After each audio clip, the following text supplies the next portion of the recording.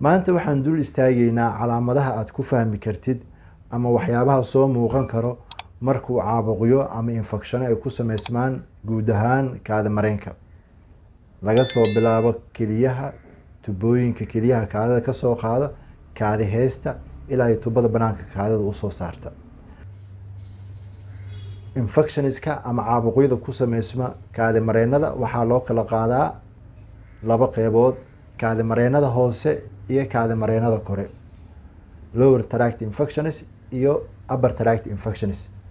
qofka had iyo jeer wuxuu isku arkaa calaamado uu ku fahmi karo in ay jiri karaan xanuuno la xiriira dhanka iyo kaadi mareenka ama keliyaha.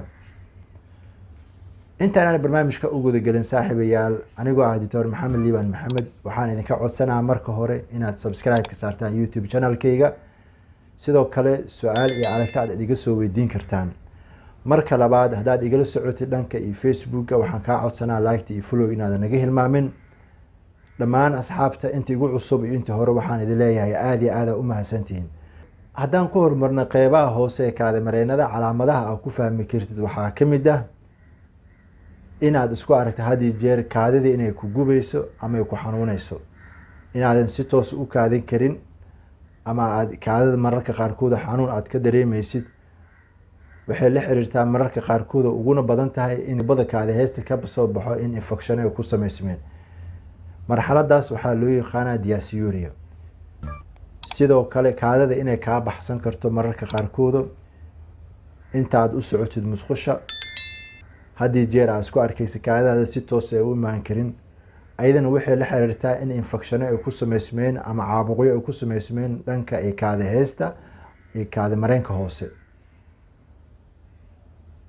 waxyaabaha kale soo raaci karo marka ay dabcan ay infekshan ay ku sameysmaan kaadi heesta ama kaadi mareenka hoose, calaamadaha lagu garto waxaa kamid ah hematuria, in mararka qaarkood kaadidada uu soo raaco dhiig. waxay la xiriiri kartaa in dhagxaan ay jiri karaan kaadi heesta dhexdeeda. sidoo kale in qanjirka prostate glandkana uu aada u weynaaday ama u bararay, taasoo uu dhaawici karo wareega ay leedahay kaadi heesta. waxyaabaha kale uu qofku isku arki karo waxaa kamid ah suprapubic pain, kaadi heesta korkeeda inay aada u xanuunto qofka, mar walbana xanuun uu ka dareemayo ama dikaan uu isku arko.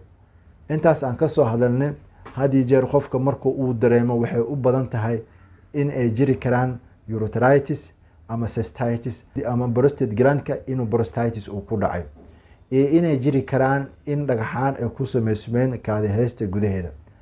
dhammaan calaamadahan markaa isku aragtid waxaa muhiim ah inaadan isku fiirsanin, aada baaritaano aad sameysid si loo ogaado dabcan halka ay xanuunka uu ka jiro iyo saameynta ay ka dhalatay.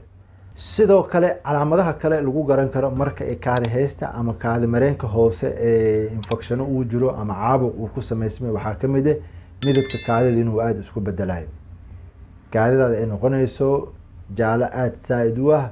sidoo kale offensive odor inay leedahay, ur saa-ida ay leedahay, ay kaadida ay soo ureyso.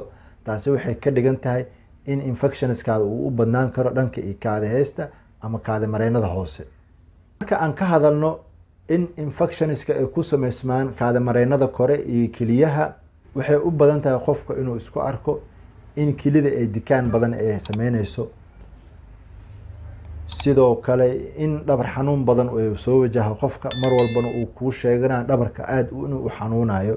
calaamadaha kale ee lagu garan karo in qofka kaadi mareenada kore ama keliyaha infekshan ay ku sameysmeen waxaa kamid ah qandho badan in lagu arkayo, sidoo kale lalabo badan in lagu arkaa, ayadoo ay usii dheer tahay in dikaan badan uu keliyaha uu ka sheeganayo ama flank pain wax loo yaqaano. waxyaabahaas marka la isku geegeeyo oo xanuunadaas qofku uu isku arko, had iyo jeer waxay u badnaan karaan in waxyeelo ay jirto ama caabuqyo ay ka sameysmeen dhanka iyo keliyaha ama tubooyinka keliyaha ee kaadida soo qaado. waxaa muhiim ah in baaritaano uu sameeyo qofka markuu arrimahan isku arko. haddii ay noqoto in muddo badan uu isku fiirsado uusan iska daaweynin, waxaa macquul ah in keliyaha ay aada u waxyeeloobaan, shaqooyinkoodana ay aada u yaraadaan, gaar ahaan glomerular filtration rate inuu dhaco, nephroniska inay filtration badan sameyni karin, sidoo kale isbedel inuu ku imaado anatomical structure-kii inay aada u waxyeeloobeen, ee shaqadoodana aada u yaraato. waxaa lagaaga baahan yahay marka horeyse inaad dhakhtar la tashatid intaadan daawada keliyaha ama kaadi mareenada caabuqyadu ku dhaco aadan isticmaalin. baaritaanada ayaa ka muhiimsan, gaar ahaan inaad sameyso urine analyze in la ogaado kaadidaada componentska ku jiro ama waxyaabaha kasoo muuqday.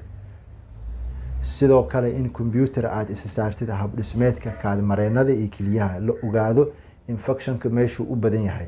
taasi waxay fududeyn kartaa si toose in loo daaweyni karo in si toose. anigoo ah doctor maxamed liibaan maxamed, haddaad isku aragtid marxaladahan iyo calaamadahan waxaan kula talin lahay inaad raadisid dhakhtar ama goob caafimaad ee kugu dhow, adigoo aadan hore ka qaadanin daawooyinkii loogu talagalay infectionska ama caabuqyadu ku sameyso dhanka iyo keliyaha iyo kaadi mareenada.